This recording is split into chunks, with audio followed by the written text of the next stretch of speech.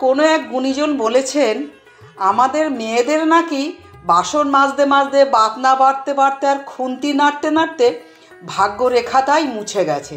তাই আমাদের কাজ রাঁধার পরে খাওয়া আর খাওয়ার পরে রাঁধা। কথাটা সত্য, ব্যতিক্রম তো আছি, আমি সে ব্যতিক্রমিতে যাচ্ছি না, কিন্তু আমরা মেয়েরা এই মুছে যাওয়া ভাগ্যরেখা ছাড়াই ভাগ্যবতী, সৌভাগ্যবতী।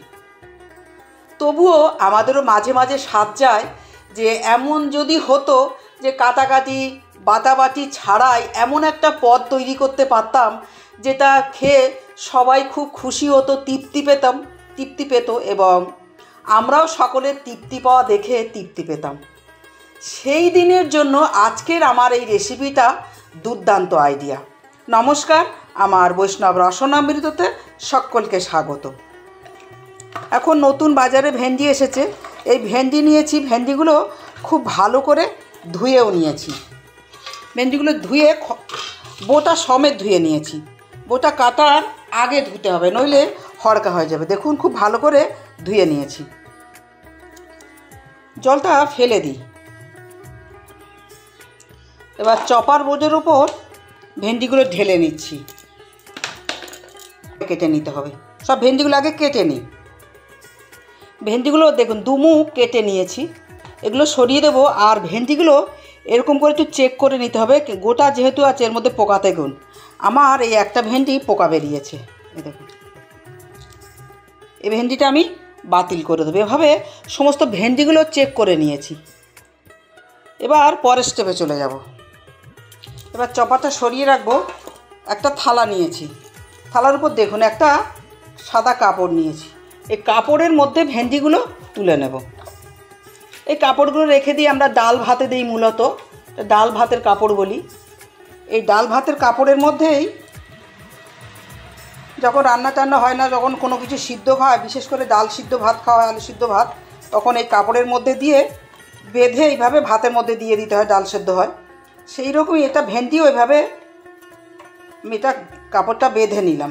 দেখুন এভাবে বেঁধে নিলাম,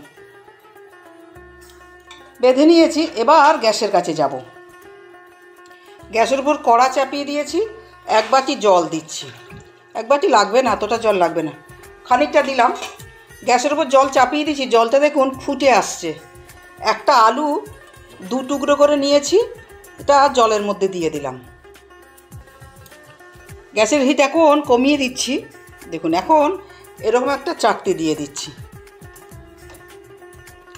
আলুটা মাঝখানে রেখে দেব, দিয়ে এবার ভেন্ডির মোচকাটা বসিয়ে দেব।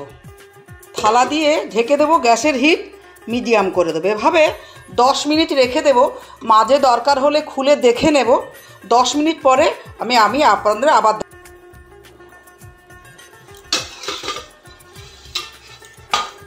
ঢাকাটা সরিয়ে নিয়েছি।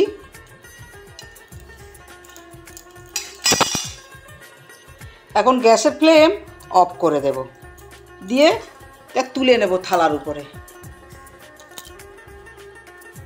আলুটা জলের মধ্যে থাক, এটা চাপা দিয়ে রাখছি, একটু ঠান্ডা হোক, তারপর আমি জল থেকে তুলে নেব।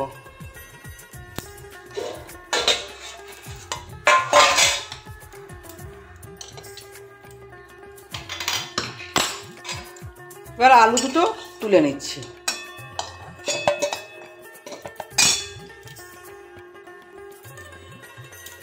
এবার ভেন্ডির বোচকাটা নিয়ে চলে এসেছি, খুলে নেব।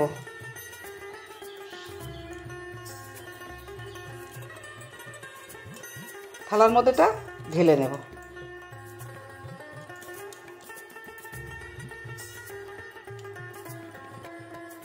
এবার আলুর টুকরো দুটো নেব।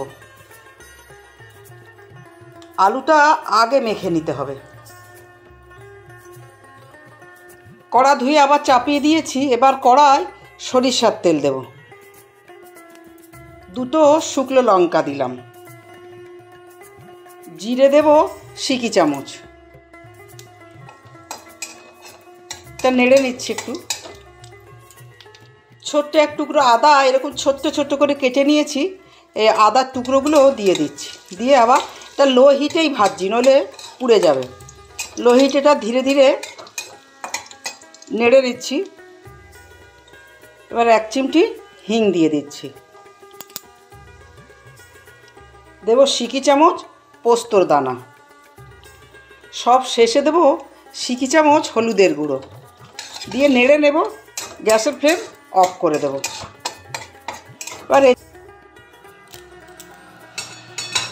এবার থালার মধ্যে মশলার তেলটা ঢেলে নিচ্ছি।